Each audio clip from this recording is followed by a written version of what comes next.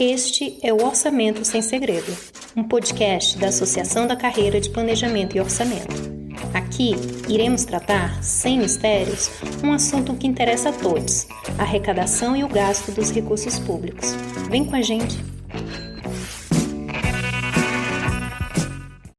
Olá, bem-vindo, bem-vinda a mais um episódio do podcast Orçamento Sem Segredo, produzido pela ASECOR, a Associação dos Servidores da Carreira de Planejamento e Orçamento do Governo Federal. O Brasil se estarreceu diante da crise humanitária atravessada pelo povo indígena Yanomami. As cenas de severa desnutrição de crianças e idosos já rodaram o mundo e dizem muito sobre o que o Estado brasileiro está fazendo ou deixando de fazer em relação aos povos originários do Brasil.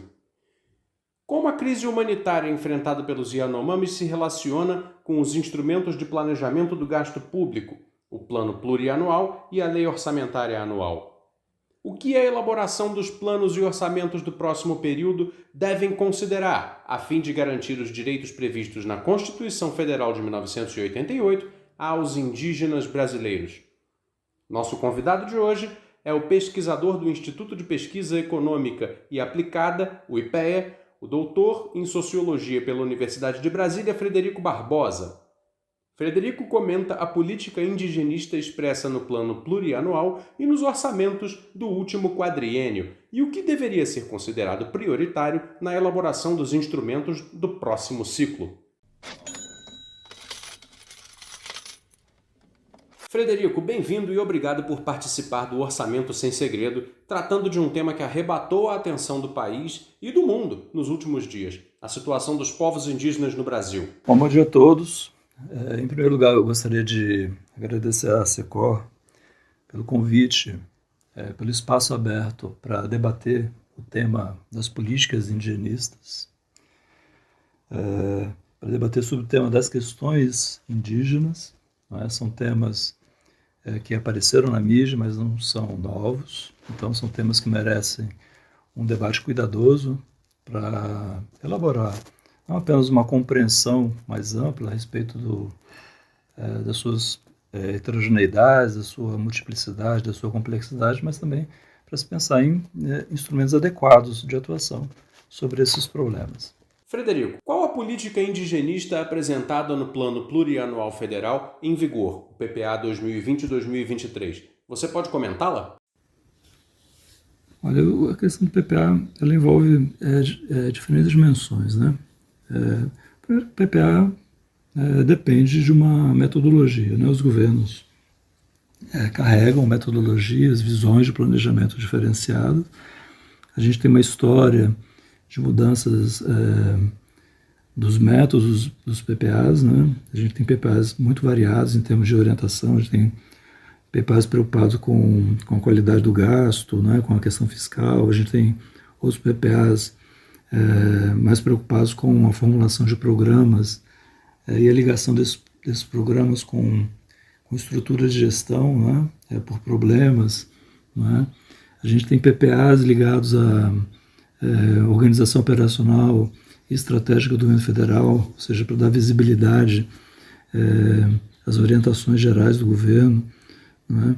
Então, são PPAs que têm concepções muito, muito diferenciadas das suas formas organizacionais. O que eu vejo no PPA que ele tem é que tem instrumentos adequados para atuar em relação à complexidade da realidade, não é?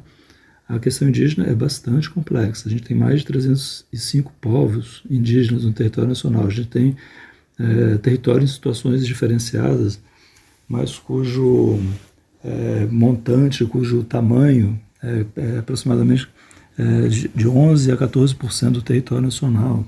Mas esses territórios estão em biomas, né, e tem situações ambientais muito diferenciadas.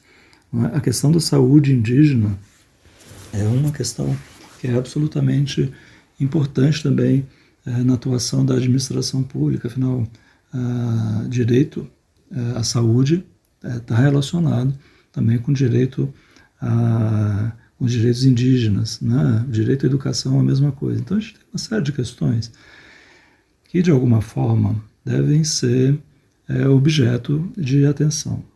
nem sempre as metodologias dos PPAs capturam toda essa complexidade, não é?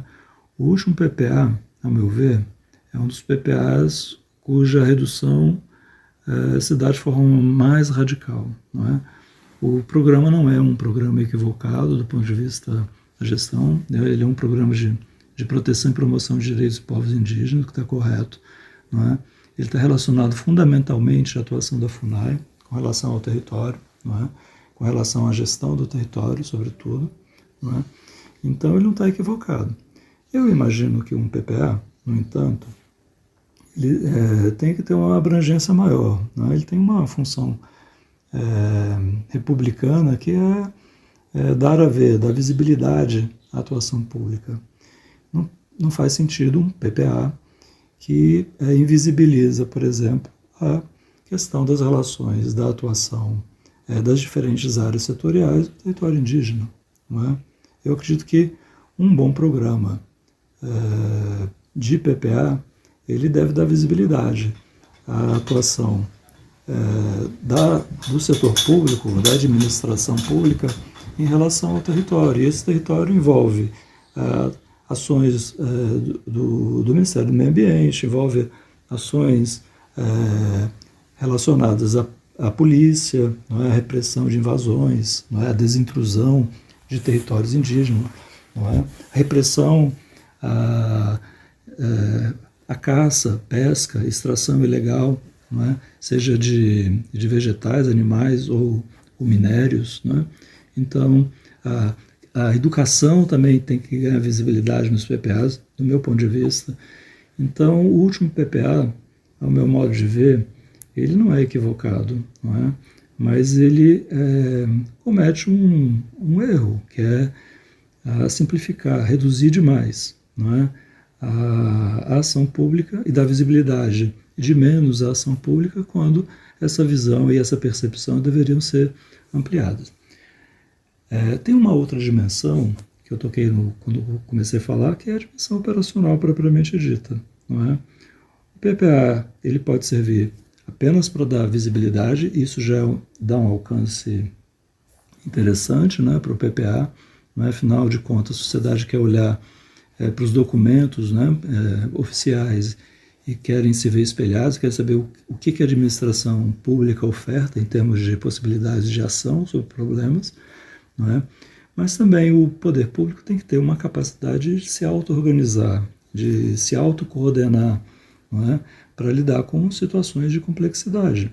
Então o PPA, ao mesmo tempo que deveria organizar a informação da ação pública, deveria oferecer instrumentos operacionais, instrumentos administrativos para coordenar os diversos órgãos, não é? Um programa poderia ser não apenas um agregador financeiro, ou seja, dar visibilidade a uma série de ações cuja orçamentação e depois despesa são explicitadas, mas talvez devesse oferecer instrumentos de coordenação, não é? De atuação transversal entre os diversos setoriais e interinstitucional entre os órgãos da mesma área. Então ele deveria não só da transparência, da visibilidade, ofertar informações, mas também servir de organizador, não é? da ação do ponto de vista administrativo. Como esta política indigenista se manifestou nos orçamentos anuais do período de 2020 a 2023? Do ponto de vista do orçamento, a gente pode dizer aquele famoso financiamento, adequação do financiamento ou subfinanciamento. Eu acredito que a área indigenista vive um subfinanciamento perene, não é? Mas a gente pode associar com o comportamento dos orçamentos. A gente vê que os orçamentos da FUNAI foram declinantes, né? Quando a gente pega os gastos e corrige pela inflação, a FUNAI foi objeto de uma desconstrução das suas capacidades institucionais, né? o financiamento é uma dessas dimensões da desconstrução, existem outras, né? Isso não está só no PPA, isso também não está só no orçamento, a gente tem um contexto, né? A gente teve uma pandemia, a gente teve uma série de restrições fiscais, mas a orientação governamental como um todo, eu acho que está retratado naquela frase, né, do ex-presidente Bolsonaro, que não demarcaria 1 centímetro de terra indígena, não é? Então, todas as ações no âmbito da FUNAI, do ponto de vista da administração do governo federal, foram para limitar a capacidade de atuação e de uso das competências legais da FUNAI no processo de proteção, demarcação e reconhecimento, né, das terras indígenas, não é? Então, isso se retrata nos orçamentos da FUNAI. Por outro lado, os recursos financeiros da ação de saúde foram sendo ampliados no período, né? Então, o Ministério da Saúde teve uma certa autonomia com relação às orientações governamentais mais gerais, não é? Atuou a contrapelo, né, nessa orientação de paralisia e desconstrução, o desmantelamento das capacidades da FUNAI, e conseguiu, de alguma forma, consolidar algumas ações ligadas à proteção da saúde indígena, não é? Eu repito, ainda acredito, olhando os indicadores, né, as informações epidemiológicas, as doenças, os agravos, né, as taxas de mortalidade infantis, enfim, do perfil de mortalidade dos povos indígenas, eu imagino ainda, eu acredito fortemente que essas políticas são subfinanciadas, né? Então, embora tenha havido um aumento dos orçamentos na área de saúde, esses orçamentos estão aquém das necessidades dos povos indígenas, apesar, repito, do aumento dos gastos de saúde com as ações ligadas à saúde indígena, sobretudo as conduzidas pela CESAI.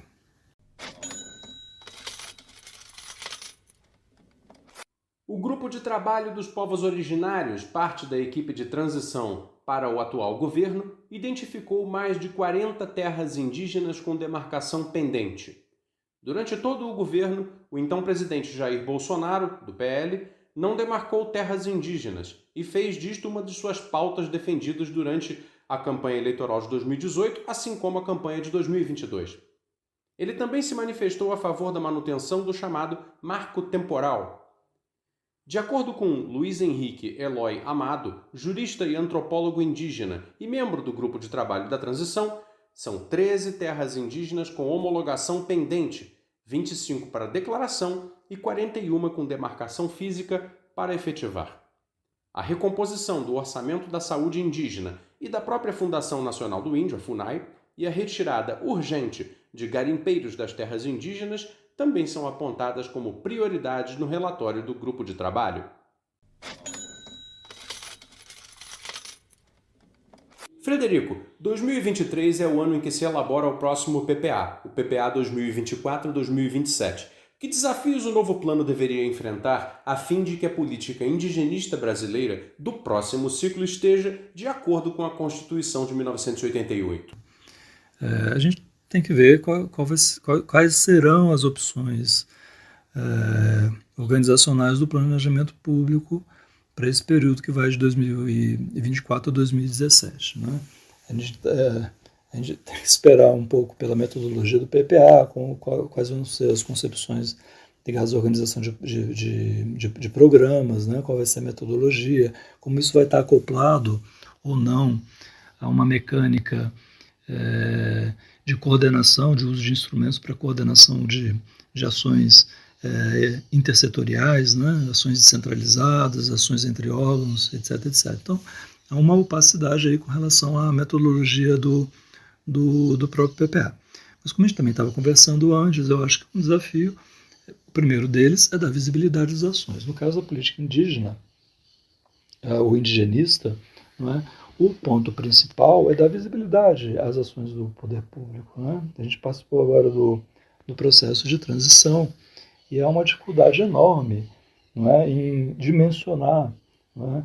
os recursos que são direcionados aos povos indígenas, aos territórios indígenas e assim por diante.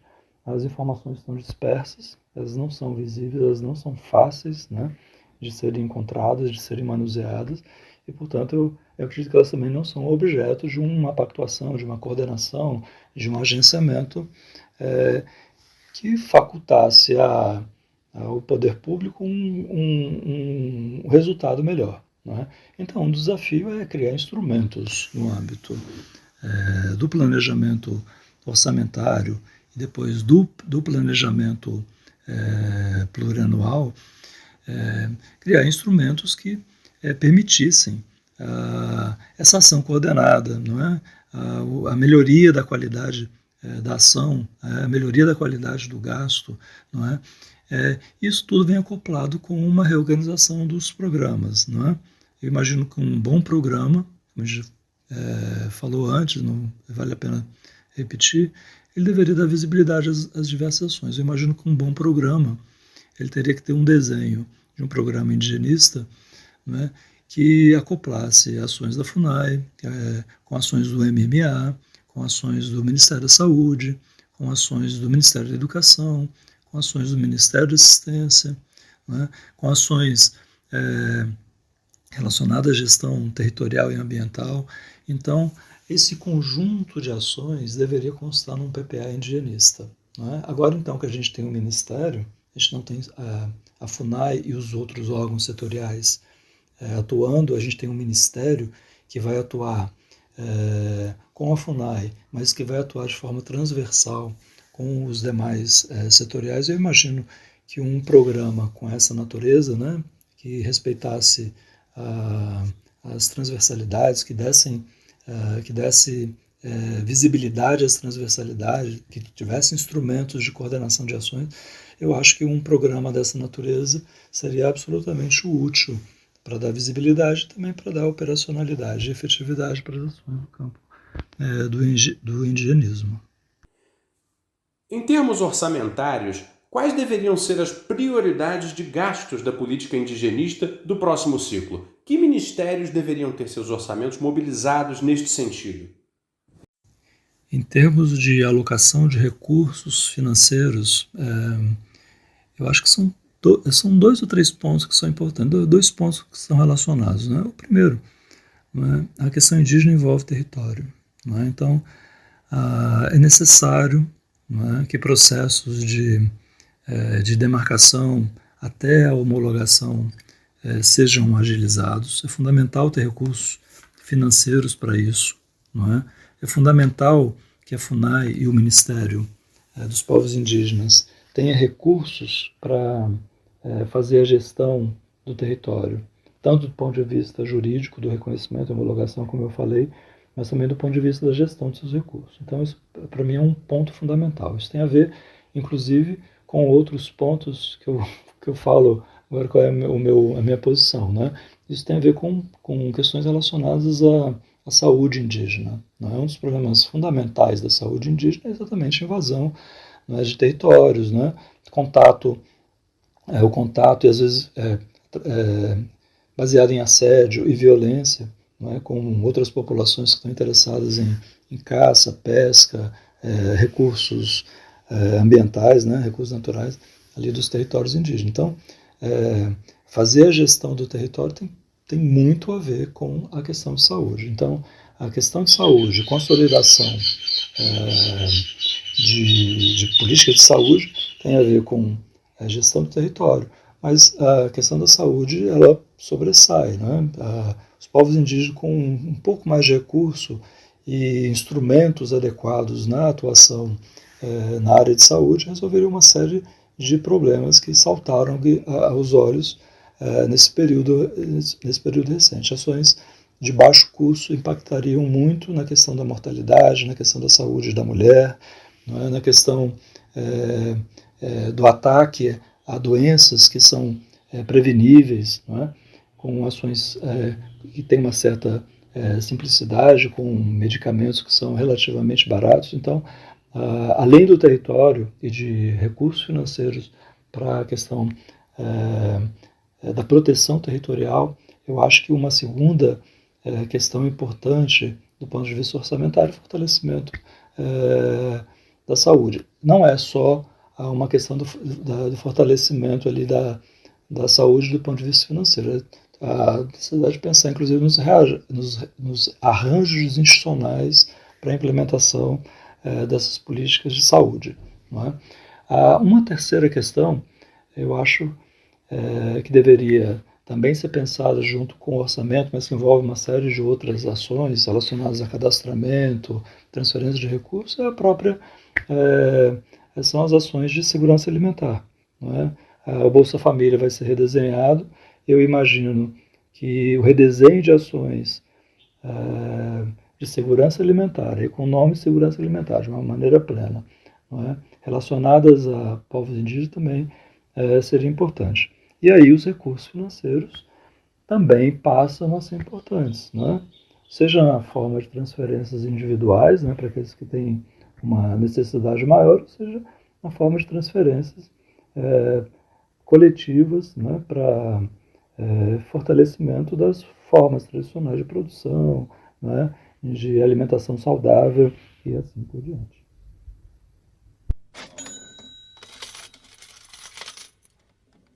O podcast Orçamento Sem Segredo é produzido pela ASECOR. O roteiro e a apresentação são meus, Fausto Oliveira. A edição e sonorização é de Tomás Tavares. A identidade visual é da Ruas, Rede Urbana e Ações Socioculturais. Esse episódio contou com a consultoria de roteiro de Elaine de Melo Xavier e Márcio Gimene e utilizou trechos da notícia. O grupo de transição aponta mais de 40 terras indígenas para a demarcação, publicada no site Metrópolis em 12 de dezembro de 2022.